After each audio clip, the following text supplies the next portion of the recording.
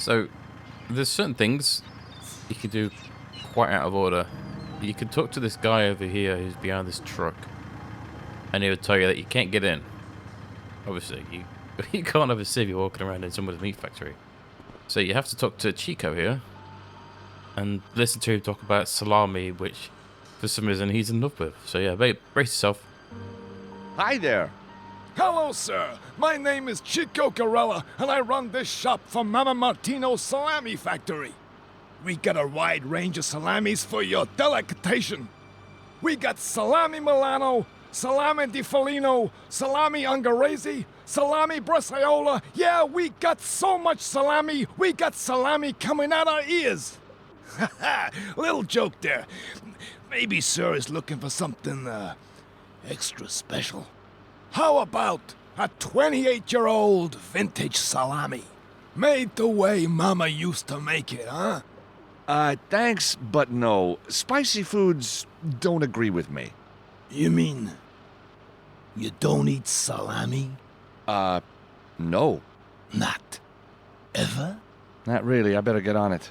Like never? Just kidding. I'm crazy about salami. I die for salami. I love salami. Yeah, and I love you too. You're a funny guy. Hey, don't I know you? You on TV? Oh, I've just got one of those faces. I never forget a face, you know. Yeah, it'll come to me. Funny guy. Good lord. Now that is out of the way, if we show him the cigarettes... I don't suppose you know what make of cigarette this Heavenly is. Breeze. I sure do. Those are Heavenly Breeze, the finest Italian cigarettes you can buy. Interesting branding. My favorite. Very hard to get in this country, if you know what I mean. Yeah, I guessed that. One drag from one of those babies, and you feel like you're up there with the angels. Ah, yes, sir. What do you want for the pack? Weird, so they're cigar-weeds, not cigarettes. I'll leave it for now, thanks. Remember, anytime you want to offload those beauties, I'm your man. Get that out of the way. You don't have to hand them now. Hey, Chico. I was wondering if you could help me. You need to Sure. trade them for something. Long as it ain't some kind of hit. Only kidding now. Hilarious. You have a very wide selection of salamis. That's because Mama Martino, she make a lot of different salami. If I could, I'd skip all this Yeah, bloody it's text. made out of boar. Unfortunately, I Was the boar cannot. wild? Well, he wasn't too keen on the idea. It's an old gag, but always a good one, huh? What makes a Martino salami so special, then? The finest and the freshest ingredients. And, of course, the secret recipe. So, what salami would you recommend for me? I know it the minute you walked in the door, sir. The Martino Vintage. The ne plus ultra of the salami world. Nice Latin, I'm impressed. You see, the Martino Vintage utilizes only the tenderest meat. Hung and bled for 3 whole days whilst being constantly beaten. Oh, really? What do you beat it with? Baseball bats. Anyway, when the meat's ready, the boss himself grinds it up. From one batch, we can make 50 salamis. Each one goes to a different store as a one-off special. This is my only 28-year vintage, and it's going cheap. Wow. To think that salami's been around for 28 years. Ha! Are you crazy? 28's the age of the meat when it goes into the salami. Oh, I see. Okay, maybe you do have to then try the cigarettes. It's annoying. So, you like these cigarettes, huh? I love 'em. What do you want for the pack? Give me that salami. Right. If I give you this pack of cigarettes, you have to give me the vintage salami. The vintage for some cigarettes? Yeah, it's an interesting offer. And it's a done deal. There you go. One Martino's classic vintage salami. Thank you. And here's your pack of Italian cigarettes. I bet you're Death just sticks. itching for one of those death sticks right now, huh? Hell yeah. You better believe it. But if I leave here and get found out, there'll be hell to pay. I'll have to wait until no one's around. Nice doing business with you. Chico's got what he wants. Now all I have to do is hide, watch, and wait. Thanks for wasting 5 minutes of all of our lives. You have to go out of eye shot. So stay behind this truck. And he should just then leave. Yes. So the whole point of doing this is purely for this apron. It's a blood-stained apron. Wearing the apron, I'd be able to move freely about the building. So look, now it's age of There's no 47. time like the present. You know, put on a random outfit and nobody knows that you're not supposed to be here. Brilliant. I mean, you can talk to the guy at the door over here. But what's the point? Unless I have to talk to these idiots, the better. Yeah, this is one of the frustrating parts in the that I don't like about the camera is the constant shifting. It does get quite it gets on my nerves with it constantly shifting, and then I'm constantly needing to change what key I'm pressing because George decides to run backwards. So we need the keys. Oh, I just got a fire blanket. I was completely I was completely on my own world there. I can hear music coming from somewhere. But where? Aha! I do remember this part very vividly. We need to move said bin. Instead of that bin is like super light. Do this like 4 times or 3 times. It's because everyone loves the same repeated animation, don't they?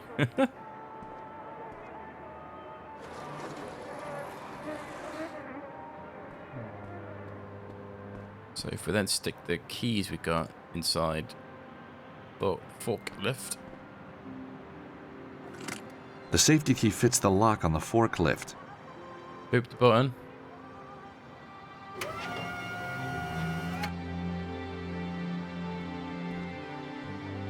Should we do this now? Yeah, why not?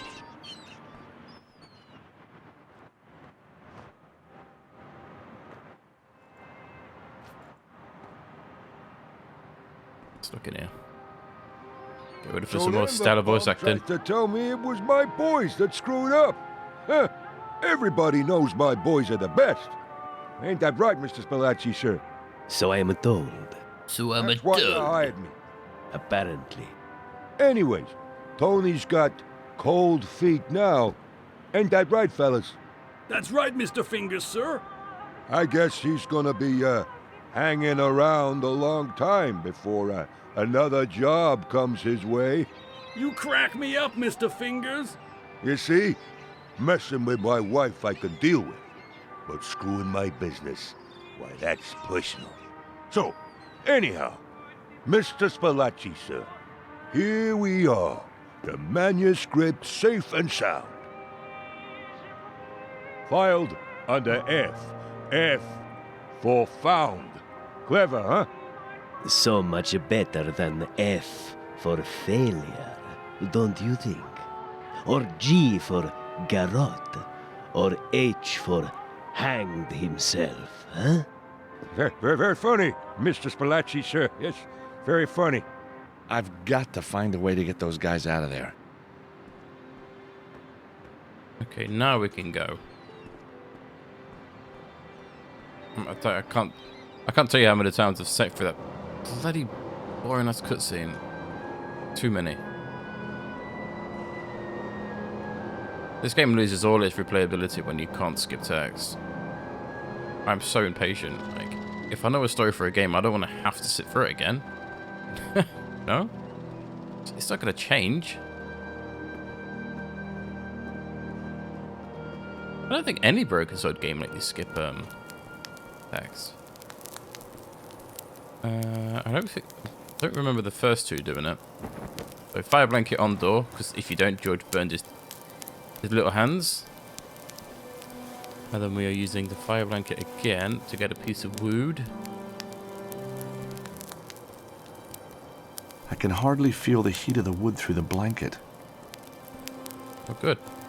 Means you can carry it around without burning your hands. And we've got to go all the way back.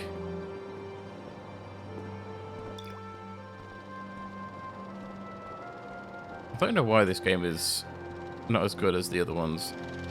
I think it's all this modern... Like, I don't see this game being very... Dark Souls has always been about weird mystical crap, hasn't it, you know? This one's just about religion, and it's not fun. Nothing's fun when it comes to fucking doing the old, oh, the church is evil routine that everything fucking does. I mean, I'm not a religious man, but I get fucking tired of it. I think everyone does. Use that in there. The wood's smoldering in the air vent, but only a small amount's going into the room. I need to make more.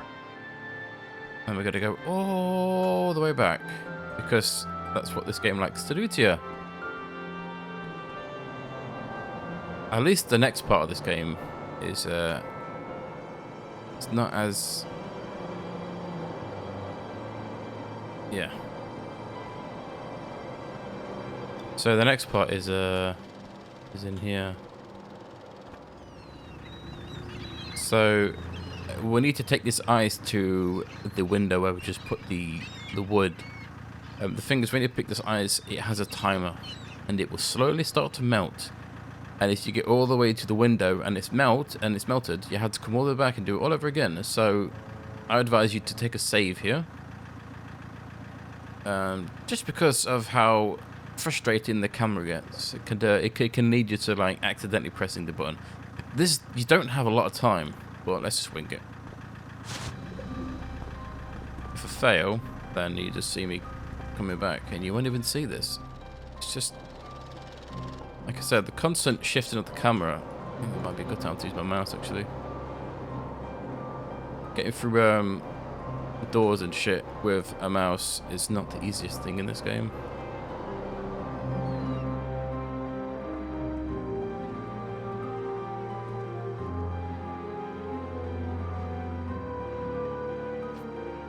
And you put the ice inside here. There we go. It's not too difficult. It can be quite frustrating, like I said, because of the camera and you're quite on a weird time limit. Smoke. Don't you just love it? The smell of Naples herself in a salami. Who would have thunk it, huh? But hey, you can have too much of a good thing, right? Like, this 𝘨𝘮𝘮 guy's got the worst voice. Watch his half-assed cough. Celebrate our little Wait for it. success. For God's sake, yes. For God's sake, yes. It's like, I swear, they asked that guy, can you give the most half-assed cough you could possibly manage? Hey, Toni, how's it hanging, Toni? You guys finish up now and head home, you hear? What about the new guy? What new guy? Fella started just now. Ah, let him be. Hey, he ain't gonna starve, right? Fingers and the other guys are leaving. Now's my chance to get the manuscript. Coolio. Now that Fingers has fingered off, these for some reason are not open now. So this is where poor Toni was. I'm not about to sit in that chair. Why not?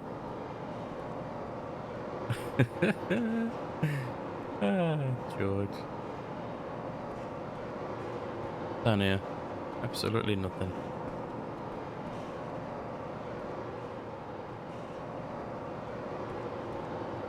So we need...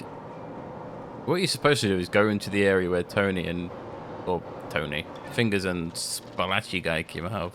And George would say, oh, we have to get a key card to open this door, but you have to come here anyway, so... Press the button and see poor old Toni How's it hanging, Tony? God, this must be Toni. Looks like it's going to be another good year for the Martino vintage. Blech. So Tony's the big guy at the start of the game who looked like he had a head of a penis. I really don't want to do this. I don't know why he's upset. No choice. George is right. Don't want to do this. It's not the first corpse you put your fingers in, George. A key card. A key card. Key card really weirdly then. But yeah, Tony. He's the bold dude at the start of the game who was like, the guy was like, oh, don't screw this up, Tony. He was like, I got this, boss. But obviously he didn't. Screwed it up. I don't know how he screwed it up though. Fingers and the rest of them came out of this room. Like, he couldn't have screwed it up because they got the manuscript. What's weird is why didn't Fingers give the manuscript to that 𝘨𝘨𝘮𝘮 guy? Well. Empty. Apart from an electronic card reader. You'd say card so weirdly. It sounds like it's got an, like it puts way too much emphasis on card reader. Anyway, use the card on the reader. Thank heavens for secret doorways. Not very a secret doorway there, was it? It was very obvious. And then we come up these stairs. Use my mouse because using the keyboard is giving me really, really annoying punch you in the face. Throw George into a blender. We have to look at middle of the desk. He opens that drawer so forcefully, so angry. There's no reason to even attempt to open the locker because it's locked. And we can't move it because the door, the wheels are rusted. Like, I'm feeding you information so you don't have to listen to George spend 5 minutes telling you what we already know. So, we've got to go back into the place with... Is this door over here open? No, there's not a door there. What am I thinking of? It's here. Wow. I can't even say it's been a long day. So, if we look at this, something wrapped in a silk Whatever's hanky. wrapped in this handkerchief must be very precious to someone. Terrific. A photograph of actress Lucy Chu from that film In Cold Blood. Nice, but not worth wrapping in a handkerchief. It'd be nice if this Lucy Chu was someone from the previous games. Just not. So use the silk hanky on this weird meat. I don't think it matters which one. Well, that stain sure won't ever come out. And we've got greasy hanky. We're using that to grease the wheels so we can push the locker with the manuscript inside. See? Obviously. I mean, it's just everyone knows what to do. It's odd where how I remember everything in this game. But yeah, I don't remember how shitty the camera controls were. It's like my brain purposely avoided threw them out. So we have to... Can't open it. The cabinet's locked and secured so tightly that it's impossible to open. Even a seasoned pro would struggle here. I don't think a seasoned pro would struggle. They'd just cut the bolt. I mean, or use explosives. It's the cabinet where Fingers stashed Anna Maria's manuscript. Secure being the operative word. I've never seen so many locks. I don't think I needed to do that. It? All I need to do is come over to this window and look out of it. And lo and behold... Through the open window, I can just see the bone cruncher. Falling into that thing is a big mistake. That's tear cars apart. That's there purely so you can get this open. That's it. It has no other purpose. So we can't push it because the wheels are rusted. So if we use the hanky... Maybe the grease from the handkerchief could loosen up those wheels.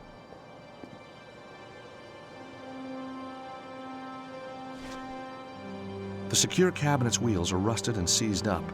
Nothing a bit of oil or grease won't fix. And then we right click and use this push icon. And you'll push it out the window.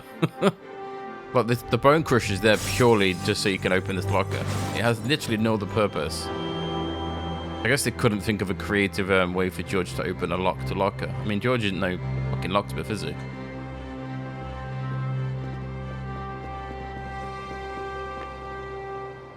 Come on, George. Fucking hell. So he gets stuck on like corners and stuff. Like, and trying to go through a door when you've got a mouse, it leads to some really, really aggravating scenes. Especially when you're being bloody timed. So we need to get the keys back. So right click and pick them up. For some reason, they work with the bone cruncher as well as the forklift. I'm guessing it is a keyring, so yeah. Keys and the bone crusher. I put the keys back in the bone cruncher. Cruncher. This has got arguably the worst animation that I've seen in a video game. Watch what this locker does. Wait for it. Pope. It's like they didn't even care. It just... Oh my god. It's so bad. It's like they couldn't be arsed. Beneath the MP3 player is Anna Maria's manuscript. And that's what's done. It's the real thing, all right. 14th century. Question is, how am I going to research it? Museums are out of the question. No. I need somewhere much more salubrious. That's such an odd word to say. Salubrious. Hey, Anna Maria, look. George, you found it. Oh, thank you, thank you. All part of the Something a service. child does when they're happy. Now, let's see just what we've got here. So researching this manuscript can be quite odd. You have to look at all of the phrases, and the all parts, and then you have to click on certain things like the holy man up here, the king, this coat of arms. So this manuscript is basically later on in the game. I think we use this manuscript to solve certain things like these 𝘨𝘫𝘬𝘪 are in a specific order. These like symbols down here. This coat of arms are obviously going to be sort of a puzzle.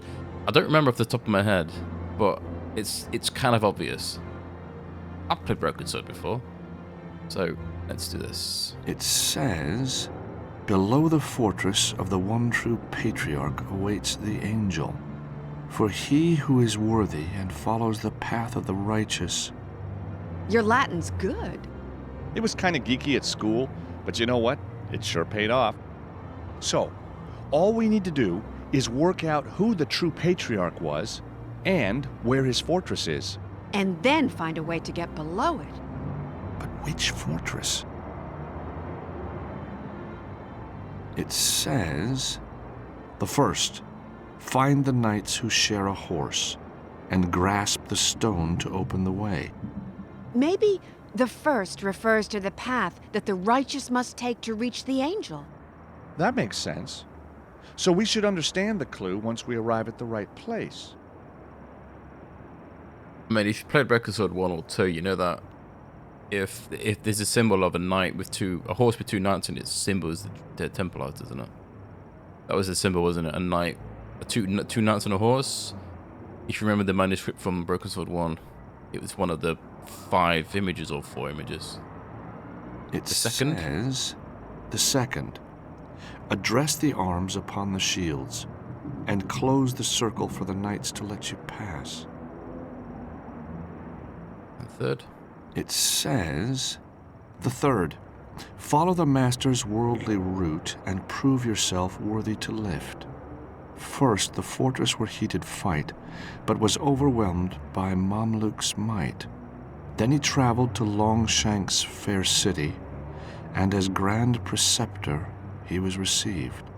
To the temple at Villeneuve, where he was appointed Grand Master of the Order, before journeying to the island where he holds his court. It says, the last, to see the light turn from holy Sion to face the great fortress of the Empire of the East, the seat of the Holy Church in the west, the learned Coptic city to the south. Turn from holy Sion to face, from where? Jerusalem? Okay, that's the text. And then there's, look at these here. Now that's a king who really loves himself. You kind of know who that is. I mean, I know who that is. A deformed holy man gazes over the seas. Yeah, the king's holding a mirror in his hand in case you didn't realize.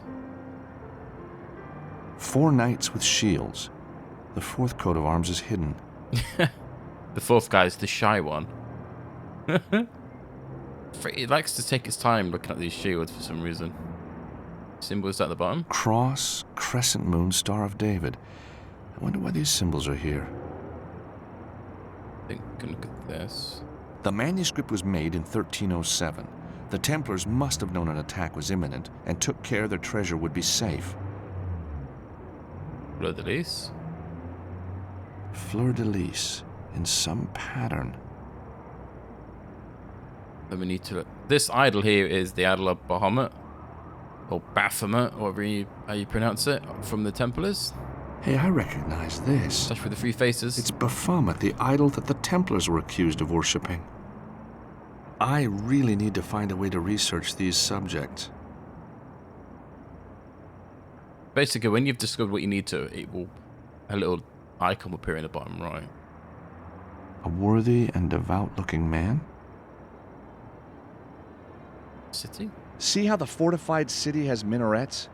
It looks Eastern. And this looks like St. George, the patron saint of England, fighting the famous dragon. That's basically us from episode 3.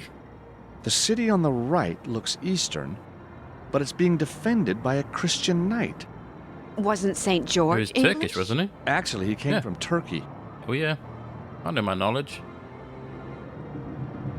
Angel? This must be the angel that the manuscript refers to. Doesn't look much like treasure to me. There you go, and you can leave that. I don't know why Anna Maria assumes that this map leads to treasure. It's so odd. If anything, manuscripts in games like these lead to death, don't they? Can But you decode let's it? not tell her. Not fully. I need a library or a database.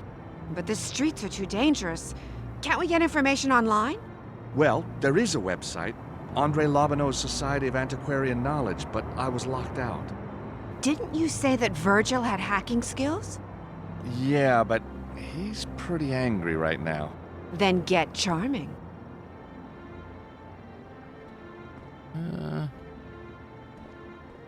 Let's give Virgil the MP3 player and maybe he will stop acting like a child.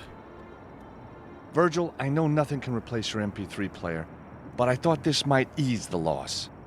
Well, what do you know? Same model. You steal it? No, certainly not. I'm a lawyer. Exactly, so you stole it. He knows me too well. It doesn't replace the music, though, does it? Ah, heck. I got it all on CD at home anyway. Thanks, George. The sofa he's sitting on is bloody massive. Hey, Virgil, you got 5 minutes? Sure, what can I do for you? Idiot. Virgil, I need to get online to do some research. So go online. What's stopping you? The site I need blackballed me after Glastonbury. Locked me out. Take it from me, George, and I've been in prison. Ain't no such thing as locked out. Now, where's that little gadget? His hand, it just no, vanishes it's into the his phone, sofa. There you go, George. This should be useful. What is it? It's a flash card with a few little George's features creepy of my smile. design. Just slip it into your PDA and ride that internet. There's some god-awful animation right there. Like, why even bother? Okay, so the next time we have to listen to Virgil explain how to... Oh, basically there's a hacking minigame in this for some reason. I don't know. Maybe they wanted it in. So we'll click to connect. Lobineau's private server connected. And then we have to wait Right, for George, Virgil to tell us this how is to my hack. homemade hacking system with the emphasis on homemade, know what I mean? I'll show you how to use it by hacking into a computer owned by an old friend of mine. This is you, symbolized by your PDA. This is your destination, the database you're attempting to hack. What you gotta do is connect your data stream to the target computer without being spotted or stopped. See here, my friend lives on the other side of the state. This mountain range is in the way, so we gotta go around it. If we're gonna hack into the database, we're gonna have to pass through these points, or root nodes. They disguise the data stream from your PDA so you don't get found out. To manipulate the data stream, you gotta use routers and refractors. You understand? You're utilizing other less secure systems in the area. You're pretty limited to what the device can find at the time, but there's normally enough to do the job. This one acts like a mirror. It'll deflect the beam at 90-degree angles. This one refracts your beam at 45-degree angles. These are splitters. They can split a beam at either 45 or 180-degree angles. As the target device is searching for one data stream, you'll need to converge the data streams back into one. You do this using a splitter, but in reverse. But if you're using a splitter in one direction, you can't use it in the other. These points are the bad boys. They're nodes, which detect what you're up to and stop your hacking. You gotta be one step ahead of these fellas. Accidentally route your data stream into one of these, and your connections bust open. I recommend you plan your route before you start placing nodes all over the place. So, watch me complete this puzzle.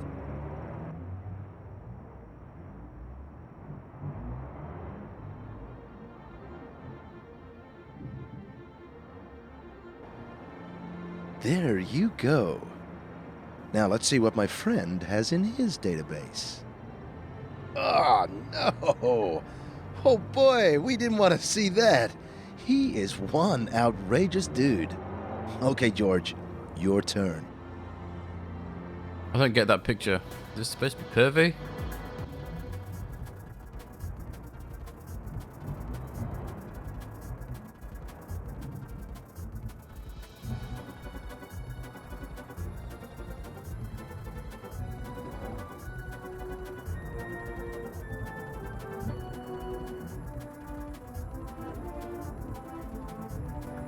Could have been a lot easier. I don't do well on these puzzles. AO database downloaded. There we go. So let's click on here. Don't want to read The link with Baphomet proves that there's some kind of Templar connection here.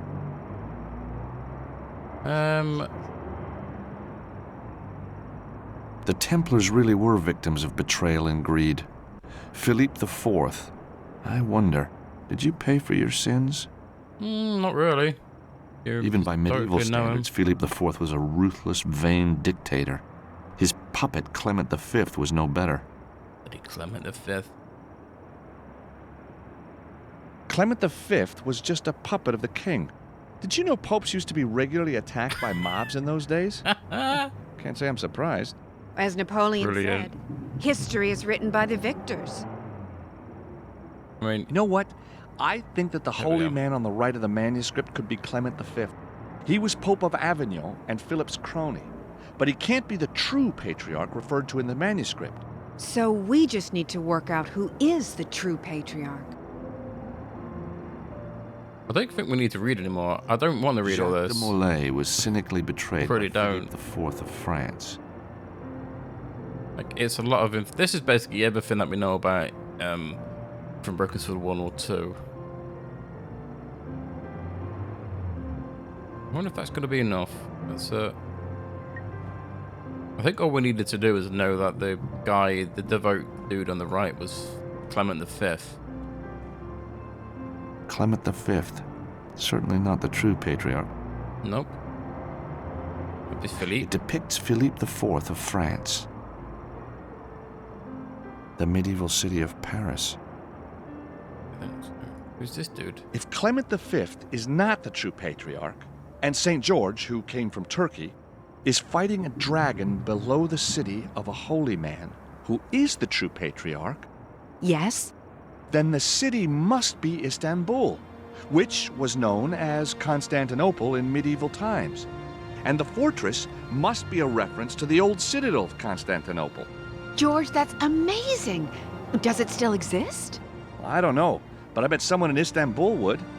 George, you are brilliant. Thank you so much for helping me. Hey, I'm having fun. I'd never turn down the chance to search for Templar treasure. Should be able to just leave. So, Anna Maria, you feel like a trip to Istanbul? You think we'll find the treasure? We'll have a damn good try. Should have just kept it the name as Constantinople. It sounds cool. What the? Surely George didn't go to town with her. Why is she naked? Oh, thank God for that, George. Oh. So Room you don't service. stick your dick in crazy, mate. Come in. That door opens. Good afternoon, Effendi. I bring chai for you and your good lady wife. Thank you. She's not my wife, you know. Ah, of course. Mistress. Well, you are indeed blessed, sir, to have such a beautiful mistress. Tee-hee. No, what I mean is we haven't, we don't, there's nothing happening. Why is he explaining himself to this A dude? few nights here in the beautiful He doesn't need to Mansion know. Palace, and the sweet creature will know your special gift of romantic love, I am sure. I shall leave you to your rejuvenating sleep, sir. Hi, George. Awkward conversation with the bell off. Yeah, hi. What a sweet waiter. What was he saying? You're saying put some clothes on. The weather. Rain. Fuck's sake. Says it's not expected. Never has been. All an ugly rumor. Which is good. Time to find the treasure, huh? I'll be in the corridor while you get dressed. All set? Yeah, thank you, George. Why does she feel so comfortable to sleep naked around this dude that she doesn't even know? It's very weird. But they wanted that to add the English to show that, oh look, here's 𝘱𝘦𝘴𝘱𝑦, she's naked under those covers. But yeah, and George acts like he's never seen a naked woman before. Pretty sure he's done Nico. So, anyway, he's acting so bashful. Anyway, Istanbul. This is quite an interesting level. Interesting is a strong word. The receptionist is a bastard though, but we'll deal with that later.